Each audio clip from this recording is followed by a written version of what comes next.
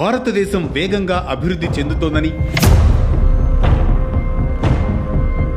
ప్రపంచంలోనే 5వ అతిపెద్ద ఆర్థిక వ్యవస్థగా అవతరించిందని ఒక పక్క గణాంకాలు చెబుతుంటే, మరోపక్క సామాన్యుడి బతుకు భారమవుతోందని క్షేత్రస్థాయి వాస్తవాలు చెబుతున్నాయి.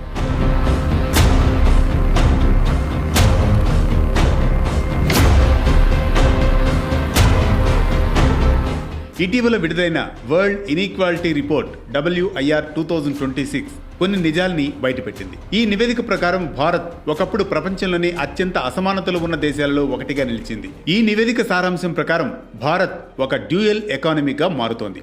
అంటే దేశ సంపదలో ఏకంగా 40% కేవలం 1% ఉన్న అత్యంత ధనవంతుల చేతుల్లోనే ఉంది. అంటే ఒకవైపు ఆకాశ హర్మ్యాలు, విలాసవంతమైన జీవితాలు కనిపిస్తూ ఉంటే, మరోవైపు సగానికి పైగా జనాభా కనీస అవసరాల కోసం అల్లాడుతున్నారు.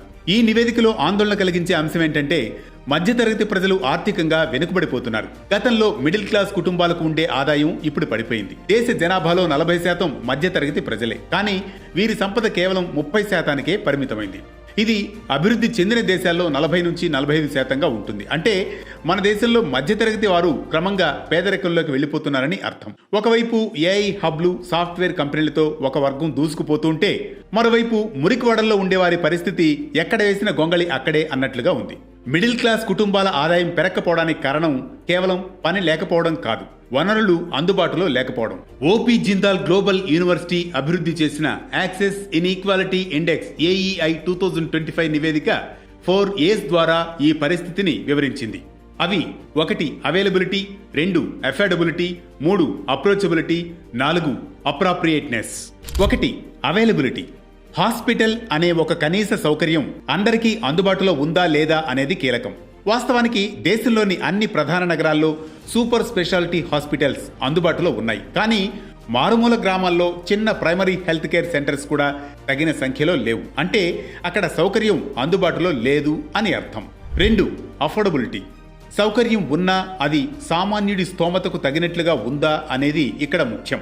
ఉదాహరణకు హైదరాబాద్లో ప్రపంచ స్థాయి హాస్పిటల్స్ ఉన్నాయి. కానీ ఇక్కడుండే ఒక సామాన్య మధ్యతరగతి వ్యక్తి ఆ హాస్పిటల్లో ట్రీట్మెంట్ తీసుకోగలడా, ఆ ఖర్చు భరించగలడా అంటే లేదనే చెప్పాలి. ప్రభుత్వ రంగంలో నాణ్యమైన సేవలు లేనప్పుడు ప్రజలు ప్రైవేట్ సంస్థల మీద ఆధారపడాల్సి వస్తోంది. AEI డేటా ప్రకారం మిడిల్ క్లాస్ ప్రజలు తమ ఆదాయంలో అత్యధిక భాగం ప్రైవేట్ విద్య, వైద్యానికే ఖర్చు చేస్తూ ఉన్నారు. అంటే సౌకర్యం ఉన్నా అది అందరికీ అందుబాటు ధరలో లేదు. 3 అప్రోచబిలిటీ. సౌకర్యం ఉంది, ధర కూడా తక్కువే, కానీ అది ఎంతమందికి చేరుతుంది అనేది ప్రశ్న. ఉదాహరణకు ఓ చిన్న గ్రామంలో ఒక ప్రభుత్వ పాఠశాల ఉంది. కానీ ఆ ఊరి చివర ఉండే విద్యార్థులకు ఆ స్కూల్ చాలా దూరంలో ఉందనుకుందాం. అక్కడికి వెళ్లేందుకు సరైన సౌకర్యం లేదనుకుందాం. అప్పుడు అక్కడ స్కూల్ ఉన్నా ఉపయోగం లేనట్లే. వాస్తవానికి దేశంలోని అనేక గ్రామీణ ప్రాంతాల్లో మహిళలు ముఖ్యంగా వేసవి కాలంలో నీటి కోసం కొన్ని మైళ్ల దూరం నడవాల్సి వస్తుంది. నగరాల్లో 59% మందికి ఇంట్లోనే నీటి సౌకర్యం ఉంటే, అది పల్లెల్లో 22% మందికి మాత్రమే ఉంది. 4 అప్రాప్రియేట్నెస్. అంటే అన్నీ ఉన్నాయి, కానీ అవి మన అవసరాలకు తగ్గట్లుగా ఉన్నాయా? ఉదాహరణకు ఒక ప్రభుత్వ పాఠశాల ఉంది, కానీ అక్కడ టీచర్లు లేరు. ఒక ఆసుపత్రి ఉంది, కానీ అక్కడ మెడికల్ షాప్ లేదా స్కానింగ్ మెషిన్లు లేవు. అప్పుడు ఆ సౌకర్యం ఉండి కూడా వృధానే.